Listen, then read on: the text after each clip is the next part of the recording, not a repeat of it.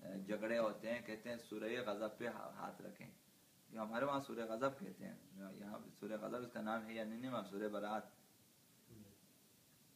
اس پہ ہاتھ رکھتے ہیں، جس سورہ میں بسم اللہ نہیں ہے نا، سورہ غضب، اس پہ ہاتھ رکھ کے بس وہ اقرار کرتے ہیں کہ اس پہ فیصلے ہوتے ہیں۔ تو یہ ایسی قسمیں، ان کا توڑنا، مثلا قرآن کی قسم کھاتے ہیں، مثلا کورٹ پہ آپ جاتے ہیں قرآن کی قسم کھاتے ہیں، قرآن پہ ہاتھ رکھتے ہیں، جو کچھ کہوں گا سچ کہوں گا، سچ کے سوا کچھ نہیں کہوں گا، لیکن جھوٹ بولتے ہیں، یہ بھی جھوٹ ہے اور اس کے بعد بھی جھوٹ بولتے ہیں، سر کو پتہ ہے، قرآن پہ ہاتھ رکھتے ہیں اور یہ بھی جھوٹ بول رہا ہو، چونکہ سچ نہیں کہنا اس نے، قسم بھی جھوٹ ہے اور اس کے بعد بھی جھوٹ ہی بولنا ہے۔ 50 روپے میں گواہی دینے والے ملے ہیں، یہ مجھے ساتھ ہے، 50 روپے میں کورٹ میں جاتے ہیں، آپ کے حق میں گواہی دیتے ہیں کہ میں گواہ، میں نے دیکھا سر بالکل اس طرح ہوا، مثلا گواہی دے 50 روپے میں، ویگن بر کے لوگوں کو لے گئے، فی نفر 50 روپے دیے کسی کا، یعنی اس سے سستے دیندار مل جاتے ہیں کہ جو کورٹ میں جاتے ہیں عدالت میں آپ کے حق میں۔ کس قدر انسان تعجب کرتا ہے اسلام پہ اور ہمارے جیسے لوگوں کے مسلمان ہونے پہ کہ 2 گاڑیاں ساتھ جا رہی ہیں، دونوں ایک دوسرے کے خلاف گواہی دینے کے جا رہے ہیں، ان ساتھ یہاں سے جا رہے ہیں کورٹ میں، آج پیشی آپ کی بھی ان کی بھی، آپ نے بھی ایک گاڑی بھر کے گواہ لے، آپ بھی، اب وہاں جج حیران ہے کہ آخر کس کے حق میں فیصلے کریں، وہ بھی گواہی دے رہے ہیں، یہ بھی گواہی دے رہے ہیں، 20 گواہ جا رہے ہیں، ہم لوگ گواہی دے رہے ہیں۔ بہرحال تو یہ بھی اگر غیر اسماء الہی کے علاوہ غیر اللہ کی قسم کھائی جائے تو توڑنا گناہ ہے لیکن کفارہ نہیں ہے۔ اب خداوند متعال کے ناموں کی قسم کھا لی جائے جو مخصوص نام ہے، مخصوص نام میں ایک تو اللہ ہے، تو پتہ ہے، تو لہٰذا کسی نے اللہ کی قسم کھا لی، واللہ، حروف قسمیہ کے ساتھ، حروف قسم کتنے؟ تو واو قسم، لام قسم اور بائے قسم، واللہ، باللہ، تاللہ، اور کبھی آخر میں لام بھی آتا ہے، للہ بھی ہوتا ہے، لیکن عام طور پر یہ 3 ہیں، واللہ، باللہ، تاللہ، یہ تینوں شرعی قسم ہے، اگر کھا لیا تو اس کے بعد کفارہ بھی ہے، توڑنا گناہ بھی ہے، کفارہ ہے۔ لیکن غیر اللہ کی قسم اگر کھا لیا، قرآن کی قسم، اہل بیت کی قسم، علم کی قسم، مسجد کی قسم، تو ان کے توڑنا گناہ ہے اور کفارہ نہیں ہے۔ 4 وہ قسمیں جو تاکید کے لیے یا دفع ضرر کے لیے یا جلب منفعت کے لیے کھا لی جاتی ہیں، جبکہ اگر جھوٹ ہو تو گناہ ہے لیکن کفارہ نہیں ہے۔ مثلا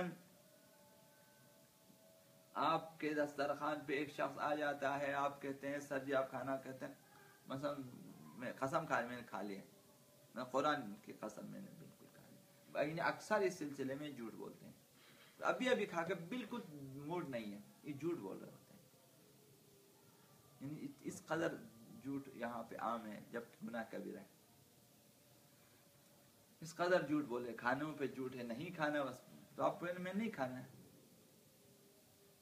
تو لہذا جو ہے اگر جھوٹی قسمیں کھا لی جائے تو گناہ ہے لیکن کفارہ نہیں ہے۔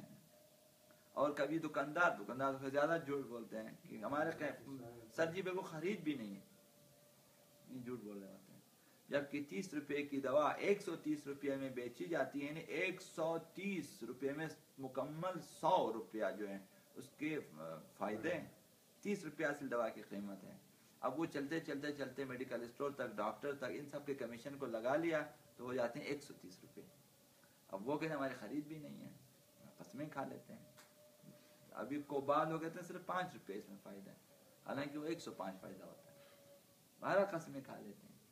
تو غیر اللہ کی قسم اگر کھا لیں اور جھوٹی قسم کھا لیں، باہر صورت گناہ ہے اور جو ہے لیکن کفارہ نہیں ہے، کفارہ صرف اس قسم کا ہے جو خدا کے نام کی کھا لی جائے، تو اگر سچی قسم، لہذا قسم میں بھی یہ ہے کہ جو ہے فعل حرام کی قسم نہ ہو تو اور بھی گناہ ہے، ترک واجب کے لیے قسم نہ کھائیں مثلا، بہرحال قسموں کی ایک قسم زہار بھی ہے، جو زمانہ جاہلیت میں وہ لوگ قسم کھا لیتے تھے، زہار اپنی بیوی کے لیے قسم کھاتے تھے، ترک تعلقات کے لیے قسم کھا لیتے تھے کہ آج کے بعد آپ کی پیٹھ ہمارے لیے مثلا اپنی ماں کی پیٹھ کی طرح ہے، اس طرح قسم کھائیں، ظہرکی کا ظہر امی، اس طرح کی قسم کھا لیتے ہیں زمان جاہلیت میں، یعنی جب اسے اس کی پیٹھ کو ماں کی پیٹھ قرار دیتے ہیں، یعنی اس کے بعد آپ کے ساتھ ازدواجی تعلقات، یہ قسمیں حرام ہیں،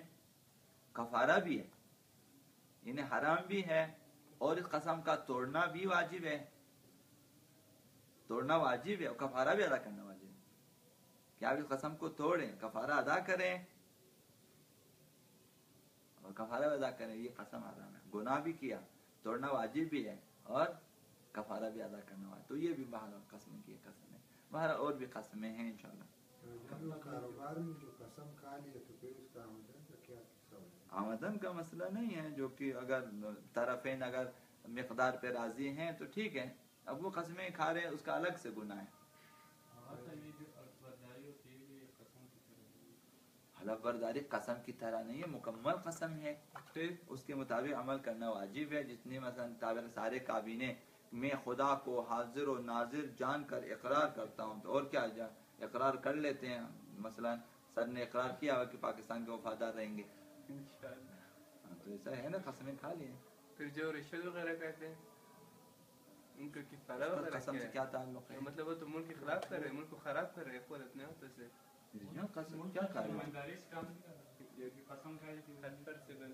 تو وہی عرض کر رہا ہوں، نہیں کر رہے ہیں، رشوت الگ کھاتا ہے، رشوت لینا کون سا، وہ اگر ملک کے مفاد میں ہو یا نہ ہو حرام ہے۔ معاشرے کی تشکیل تو فرض سے ہوتی ہے، پھر پر محمد وآل محمد صلوات اللہ وسلم علی محمد وآل محمد بہت دور کے اعتراضات شروع ہو گئے۔ پھر وعدہ توڑنے کے لیے بھی کفارہ وغیرہ ہے؟ نہیں، وعدہ توڑنا گناہ ہے لیکن کفارہ نہیں ہے۔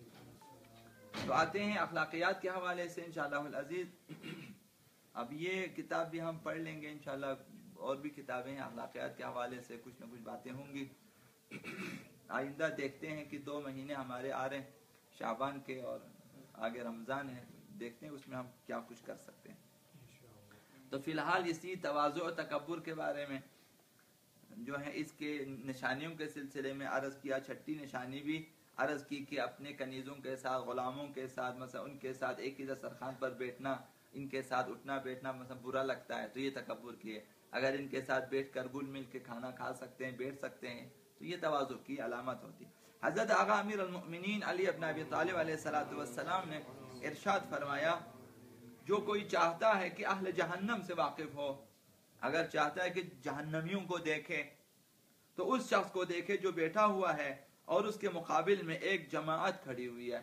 عرض کیا تھا کہ خود بیٹھا ہوا ہے، اپنی حفاظت یا اپنے احترام کے لیے ایک گروہ کو آگے کھڑا کر رکھا ہوا ہے،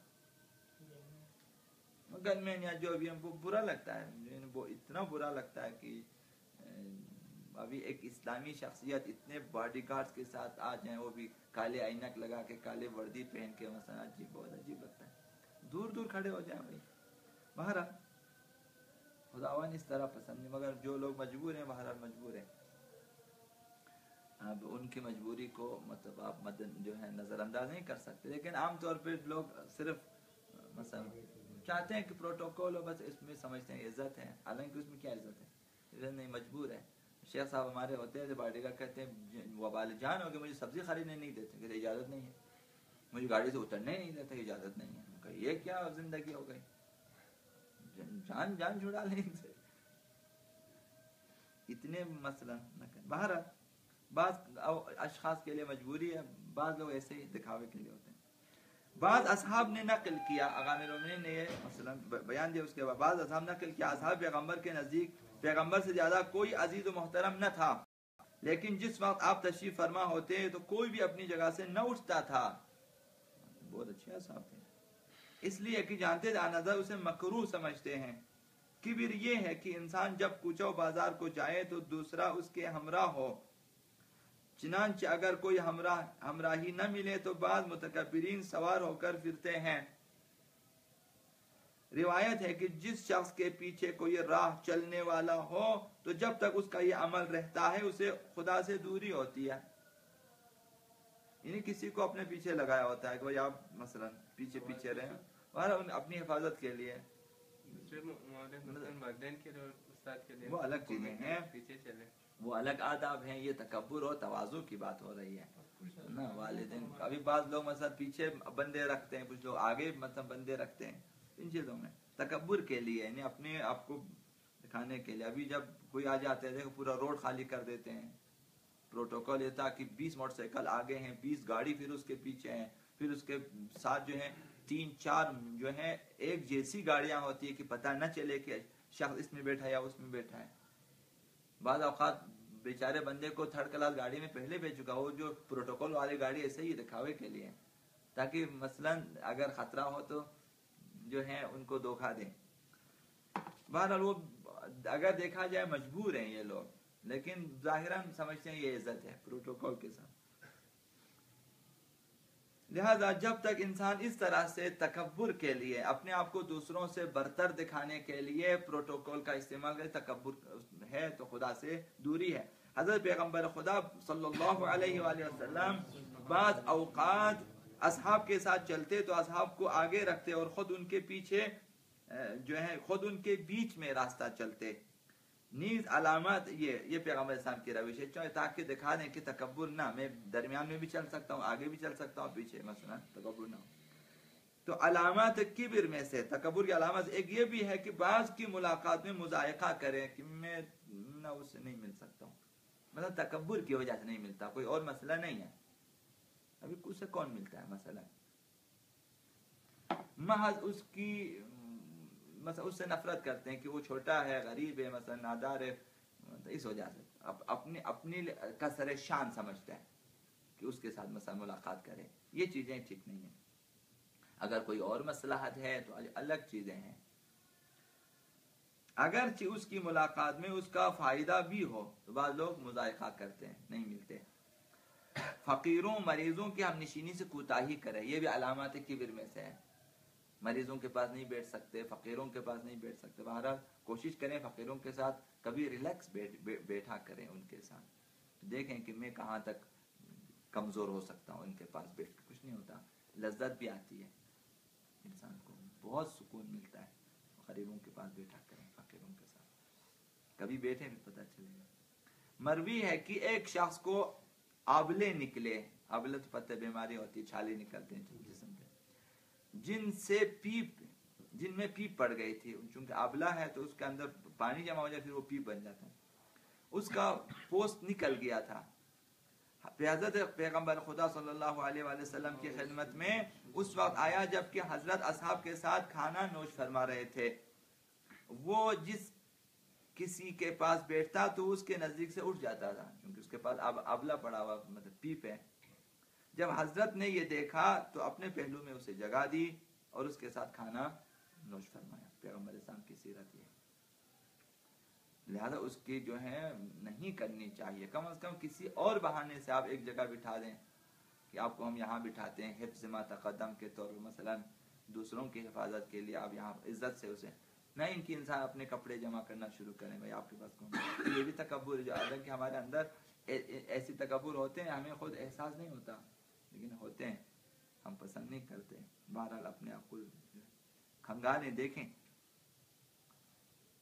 ایک روز حضرت اصحاب کے ساتھ اصحاب خاصہ اصحاب کے ساتھ نوش فرما رہے تھے. ایک شخص جس کو خراب بیماری تھی, جس سے آدمی نفرت کرتے تھے, وہ شخص آیا, حضرت نے اس کو اپنے پہلو میں بٹھایا اور کھانے کا حکم دیا. لیکن ایسا نہ کریں کہ اگر چھوت کی بیماری ہے, متعدی بیماری ہے تو انہیں نہ بٹھائیں, وہ خطرناک ہے. لیکن اگر چھوت کی بیماری نہیں ہے, مثلا متعدی بیماری نہیں ہے, لگنے والی بیماری نہیں ہے, تو آپ بیٹھ سکتے ہیں, آرام سے کھا سکتے ہیں. مثلا کسی کے پاس مثلا جو ہے وہ سفیدی کے داغ ہے, وہ آپ کو تھوڑی لگتا ہے, وہ لگتا ہے, آپ اس کے ساتھ کھانا بھی کھا لیں. لیکن محض چونکہ ہاتھ میں سفید داغ ہے, ہاتھ بھی نہیں ملاتے, کچھ بھی نہیں ہوتا. دوسری علامتیں تکبر کی بہت سی ہیں جن سے تکبر کی شناخت ہوتی ہے. حضرت پیغمبر خدا صلی اللہ علیہ وآلہ وسلم کا طریقہ جامع علامات تواضع اور کبر سے پاک تھا. تمام علامتوں سے جامع علامات تواضع اور تمام علامات کبر سے پیغمبر اسلام کی شخصیت پاک تھی. بس امت کو سزاوار ہے ان کی پیروی کریں. پیغمبر نے جن جن کو بٹھایا آپ بھی بٹھا دیں, پرواہ نہیں ہے. ابو سعید خدری جو اصحاب پیغمبر میں سے تھے روایت کرتے ہیں کہ آن حضرت خود اونٹ کو گھاس ڈالتے تھے، اونٹ کو باندھتے تھے، گھر میں جھاڑو دیتے تھے، بکریوں کا دودھ نکالتے تھے، نعلین کو سیتے تھے، اپنے لباس کو پیون لگاتے تھے، خدمتگاروں کے ساتھ جو ہیں کھانا نوش فرماتے تھے۔ جب خادم چکی چلانے سے تھک جاتا تو آپ خود چکی چلایا کرتے تھے، بازار سے آپ خود خرید فرما کر دست مبارک یا گوشے دامن میں رکھ کر لاتے تھے۔ ابھی عیب ہے دامن میں، پرانے زمانوں میں دامن میں لے کر نہ کوئی عیب نہیں ہوتا تھا، سودا سلام اپنے دامن میں ادھر ڈال کے اس کو پکڑ کے لے آتے تھے۔ انہیں ابھی تک ہمارے دور میں بھی ہوتا تھا، بالکل گاؤں میں عیب نہیں ہوتا تھا یہ چیزیں، یہاں پہ مثلا شہر میں عیب ہے، تو وہ اس زمانے میں بھی لوگ کرتے تھے۔ پیغمبر اسلام خود حتیٰ دامن میں، اس روایت کے مطابق دامن میں لے کر آتے تھے۔ ہر ایک چھوٹے بڑے امیر فقیر نماز گزار سے سلام کی ابتدا خود فرماتے تھے پیغمبر اسلام۔ نماز گزار ہے، چھوٹے بڑے، گھر میں جائیں چھوٹوں کو سلام کیا کریں، کبھی کلاس میں داخل ہو جائیں چھوٹوں کو سلام کیا کریں تاکہ تکبر کم ہو جائے، نماز ہو جائے۔ گھر کا اور باہر جانے کا ملبوس ایک ہی تھا، جو شخص حضرت کو دعوت دیتا اس کو قبول فرماتے تھے، لہذا ہمیں بھی اگر کسی نے دعوت دی ہے قبول کریں، لیکن کھانے میں دقت کریں ہمیشہ، یعنی ایک چیز کو پکڑ کے باقی چیزوں کو فراموش نہ کریں۔ دعوت ٹھیک ہے قبول کریں، لیکن دیکھیں کھانا یہ کہاں سے کھلا رہا ہے، یہی جو اوپن کھانا، بعض لوگ دعوت دیتے ہیں آپ کو اچھی خاصی، بھئی آج ہمارے گھر بہت مثلا منت داری کے ساتھ، لیکن کھانا ہوٹل سے منگواتا ہے۔ اب کھانا جو پکائی دے گا آپ کو لے آتے ہیں تو 100% مشکوک کھانا ہوتا ہے، کیونکہ پکانے والے خود لاپرواہ ہوتے ہیں، اور جو گوشت بازار سے، چونکہ مالک کو بالکل نہیں معلوم، مالک نے پیسہ دینا ہے، اب انہوں نے جنہوں نے مثلا جن کو نائی آپ کہتے ہیں پکائی والے ہوتے ہیں، وہ جا کے خود ہی لے آتے ہیں، خود ہی پکاتے ہیں، ان کو دے دیتے ہیں، انہیں کھانا ٹھیکے پہ ہوتا ہے۔ آزاداری میں اس طرح ہوتا ہے، مجالس میں وہ لوگ دیگیں خرید کے لے کر آتے ہیں، نہیں معلوم کیوں ہوا، تو لہٰذا دعوت الگ چیز ہے، دعوت کو آپ قبول کریں لیکن کھانے میں دقت کریں۔ کھانا اگر گھر کا ہے پاک صاف ہے ضرور کھائیں۔ دعوت میں کھانا نہ کھائے اگر مشکوک ہو، ہمارا مشورہ ہے کہ نہ کھائیں جب تک مجبور نہ ہو، جب تک آپ کو پتہ ہے کہ کھانا نہ کھانے سے مثلا خرابی ہو سکتی ہے، قطع تعلق ہو سکتا ہے، تو آپ اتنا کھائیں جتنا ضروری ہے، پھر اس کے بعد اپنے مثلا کھانے کا حساب کتاب بھی کریں۔ اگر خمس میں شک ہے تو آپ کھانے کا خمس نکالیں، حرام کا شک ہے تو رد مظالم نکالیں اپنے کھانے کا، کہ بھائی میرے کھانا 100 روپے ہے، میں رد مظالم نکالتا ہوں اگر یہ حرام ہے، مثلا جس کا بھی ہوگا اس کو ملے گا، تو انشاءاللہ رد مظالم نکالیں۔ اگر مرغے ہو تو کھائیں، نوش جان کریں۔ ہمیشہ پریشان غبار آلود رہتے اس زمانے کے لیے، نہ کہ ابھی کے لیے نہیں کہ آپ جو غبار آلود رہیں۔ پیغمبر صاحب اس زمانے میں چونکہ زمیندار لوگ ہوتے ہیں اور اس زمانے میں اکثر لوگ اس قسم کے ہوتے تھے، تو پیغمبر صاحب بھی زیادہ اپنے آپ کو اس طرح نہیں رکھتے تھے۔ انہیں غبار آلود ہو تو ہو، ایسا نہیں کہ صاف نہیں ہو، صاف کرتے ہیں، جان بوجھ کے غبار آلود نہیں ہوتے، بازار سے آتے ہیں، کھیتوں سے آتے ہیں تو غبار آلود ہو جاتے ہیں، کوئی عیب نہیں ہے۔ ہمارا صفائی کا پیغمبر اسلام بہت زیادہ اہتمام کرتے تھے۔ جمعے کا غسل کا فلسفہ ایک یہ پیغمبر اسلام کہا کہ دیکھو ہفتے میں ایک دن نہانا ہے تم لوگوں نے، ان اصحاب کو زبردستی کہتے نہا کے آ جائیں، ہفتے میں جمعہ نہانے کا ہے، صفائی کا کہتے ہیں، ایسا ہمیشہ نہیں ہے۔ جس چیز کی، اب یہ اسی روایت میں جو آیا ہوا، جس چیز کی حضرت کو دعوت دی جاتی ہے اس کو حقیر نہیں خیال فرماتے، اگرچہ تھوڑا سا خرما ہی کیوں نہ ہو۔ بعض لوگ حقیر سمجھتے ہیں کہ یہ کھانا ہے ہمیں بلا کے، ایسا نہ، کھانے کو حقیر نہ سمجھیں۔ گھر میں جا کے بیوی کے پاس جا کے کھانے کو حقیر کہ یہ کیا پکایا ہے، اگر نہیں کھانا، پیغمبر اسلام کی عادت ہے اور فرمایا کہ جب نہیں کھانا آرام سے رات کھانے کو واپس کریں، نہ کہ کھانے کی توہین نہ کریں، یہ کیا پکایا ہے، ایسا نہ ہو۔ لہذا صبح کو شام کے لیے اٹھا نہ رکھتے تھے کھانے، اور نہ شام کو صبح کے لیے ذخیرہ نہیں کرتے تھے۔ اس کا مطلب یہ نہیں کہ جو کھانا بچے آپ پھینک دیں، اس کو ضرور رکھیں صبح کے لیے، لیکن یہ کہ ابھی کل کی فکر نہ کریں۔ بعض لوگ اس طرح کے ہوتے ہیں، ابھی کھاتے ہیں پھر شاپر میں بھی ڈال کے کل کے لے کے جاتے ہیں کھانے۔ بعض احکام جو ہیں اس قسم کے ہیں، کھانے کے دعوتوں پہ ہم لوگ بہت لاپرواہ ہوتے ہیں۔ بعض لوگ مثلا انڈے ہیں، ٹافیاں ہیں، چیزیں جیب میں ڈال کے لے آتے ہیں، اور ٹیشو جیب میں لے کے آتے ہیں، ٹوتھ پیک جو ہے جیب میں ڈال کے لے کے آتے ہیں. پہلے زمانوں میں سگریٹ تقسیم ہوتے تھے تو سگریٹ پورے پیکٹ جیب میں ڈال کے لے آتے تھے کیونکہ بھائی اب کل کے لیے. یہ چیزیں البتہ مالک کی اجازت کے بغیر حرام ہیں. جب آپ کو دعوت دی جاتی ہے تو وہیں آپ کے لیے انہوں نے اجازت دی ہوئی ہوتی ہے. دعوت کا اصول یہ ہے آپ وہیں دسترخوان پہ ٹوتھ پیک استعمال کریں، ٹیشو استعمال کریں، پانی استعمال کریں، کھانا پینا، لیکن جیب میں ڈال کے لانے کے لیے مالک کے تصور میں بھی نہیں ہے. اس نے یہ آپ کو مباح نہیں کیا اور لہٰذا حرام ہے. تو دسترخوانوں سے اٹھا کے جیب میں نہ ڈالیں، یہ چیزیں صحیح نہیں ہیں.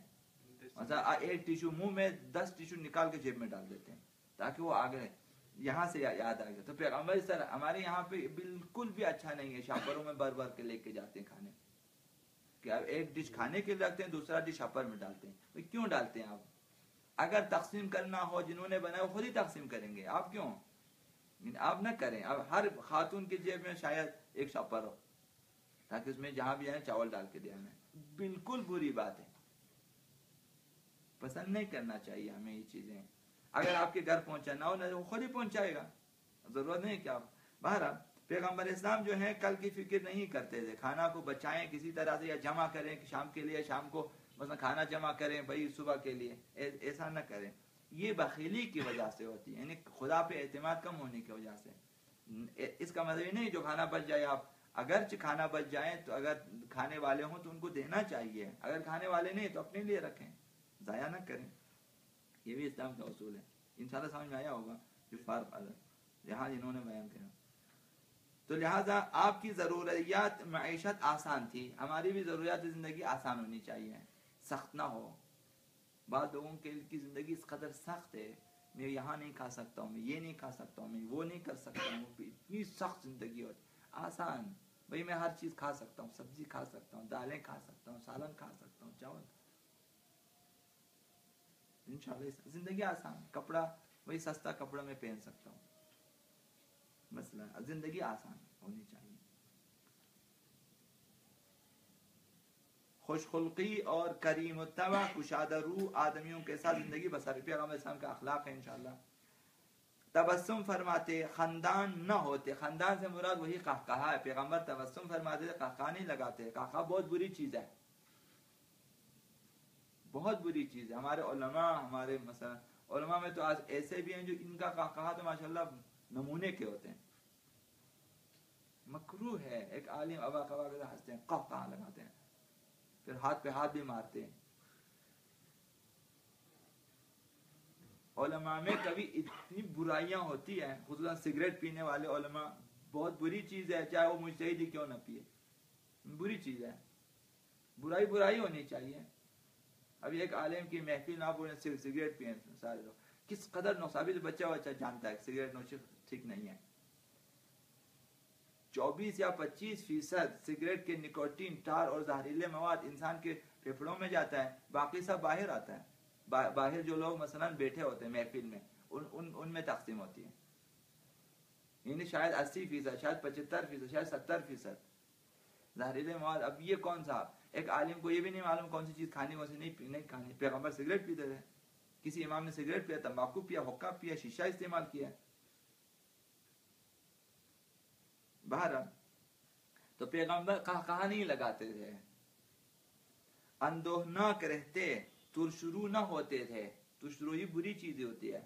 یہ جو ہم لوگ کہتے ہیں ہم لوگ مجھے غصہ آتا ہے، یعنی آپ پھر آپ کے پاس بہت برائی ہے، مجھے بھی آتا ہے، لیکن یہ ایک دلیل بن گیا کہ مجھے غصہ آتا ہے. اب غصہ آتا ہے بہت بری بات ہے. کیوں غصہ آتا ہے آپ کو؟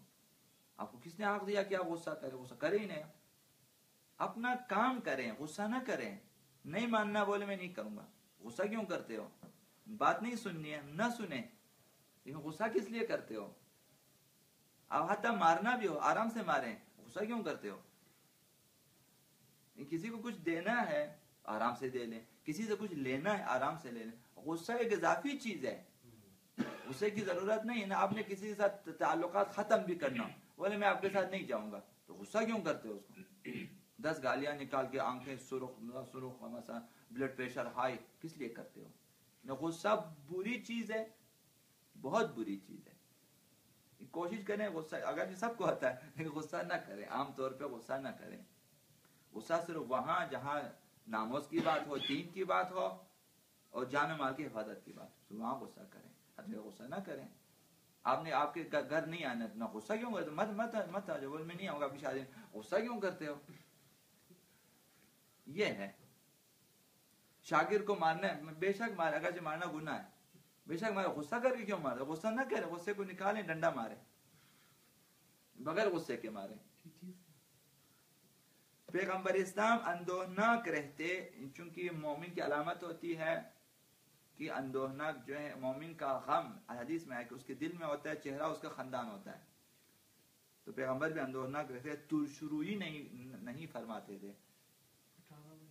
دین میں مضبوط اور سخت رہتے، اب پیغمبر اگر نہ رہتے لیکن سختی نہ فرماتے تھے. دین پہ خود سختی سے عمل کرتے ہیں، دوسروں پہ سختی نہیں کرتے. نماز جماعت کے لیے کہا کہ کم بالکل مختصر ترین سورہ پڑھے، اور مختصر نماز حدیث میں اسی طرح سے آیا کہ دوسروں کے کام ہوتے ہیں، انہیں جانا ہوتا ہے، نماز کو مختصر کریں. ہم سمجھتے ہیں کہ لمبی چوڑی نماز جماعت مستحب ہے، مختصر نماز جماعت مستحب ہے. لوگوں کو فارغ کر دیں جلدی سے. حتیٰ میں بذات خود 2 نمازوں کے بیچ میں احکام پڑھنے کا بھی مخالف ہوں. کیا آپ لوگوں کو زبردستی روکا ہوا ہے؟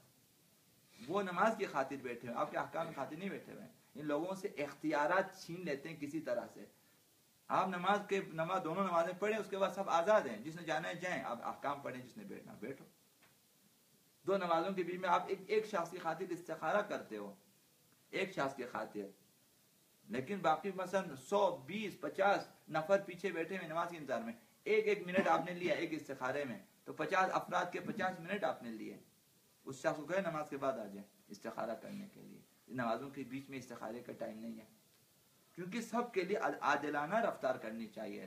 لوگ نماز کے لیے آئے ہوئے ہیں، لوگوں کی نماز آپ پڑھا دیں، فارغ ہے. اس کے بعد جس نے بیٹھنا بنڈار کرنا ہے، جس نے پوچھنا ہے، استخارہ کرنے، پھر آ جاؤ، ٹھیک ہے. اس طرح سے تو لہذا جو ہے پیغمبر خود سختی سے عمل کرتے تھے، دوسروں پہ سختی نہیں کرتے تھے. ہمارے لوگوں کے تقریریں 2 نمازوں کے بیچ میں تاکہ لوگ نہ جائیں، یا فراڈ کر رہے ہیں، دین میں فراڈ، دوسروں کو دھوکہ دے رہے ہیں. وہ سمجھتے ہیں ابھی نماز پڑھنا ہے، گھر جا کے دوبارہ جانماز لگا کس طرح نماز پڑھوں، ابھی یہیں پہ پڑھ کے جانا ہے. اب اس کی خاطر بیٹھے ہوتے ہیں بادل نخواستہ. لہٰذا نمازیوں کو مجبور نہ کریں، آزاد رکھیں. حتیٰ آپ نے احکام شریعہ بھی بیان کرنا ہو، ان کی آزادی نہ چھینیں. نماز پڑھیں، ختم، پھر اس کے بعد آزادی کے ساتھ اپنی مرضی سے جس نے بیٹھنا ہے وہ بیٹھ جائیں. خلاصہ بغیر ذلت و خواری کے آدمیوں کے ساتھ تواضع اور فروتنی اور بخشش فرماتے تھے پیغمبر اسلام. فروتنی بھی ہے، بیجا صرف نہ فرماتے، اسراف. خیش و اقارب اور تمام مسلمانوں پر مہربان رہتے. حضرت کا دل رقیق تھا، یعنی نرم، ہمیشہ سر جھکائے رہتے. مومن کی علامت ہوتی ہے سر کو جھکائے رکھیں، ویسے بھی تاکہ نظریں بھی جھکی رہیں. اس قدر کھانا نوش نہ فرماتے کہ بد ہضمی ہو جائے. ہم تو الگ قسم کے مومن ہیں. مسلمان تو جتنا زیادہ کھاتے ہیں مومنوں کے پیٹ کتنے پھولے ہوتے ہیں. کسی وقت میں کسی چیز کی طمع نہ فرماتے. پیغمبر اسلام لالچ نہیں فرماتے. خیر ہو تو پیغمبر اسلام ہمیں بھی کوشش کرنی چاہیے کہ ہم پیغمبر اسلام کی ان سیرتوں، اگرچہ میں نے تیزی سے عمل کیا، سنن النبی بہترین کتاب ہے، اردو ترجمے کے ساتھ ضرور پڑھیں. سنن النبی حضرت علامہ جو ہیں طباطبائی صاحب کی کتاب ہے. سنن النبی بہت اچھی کتاب ہے. اور بھی کتابیں مل جاتی ہیں، انشاءاللہ پڑھیں. پر محمد و آل محمد صلی اللہ علیہ وسلم.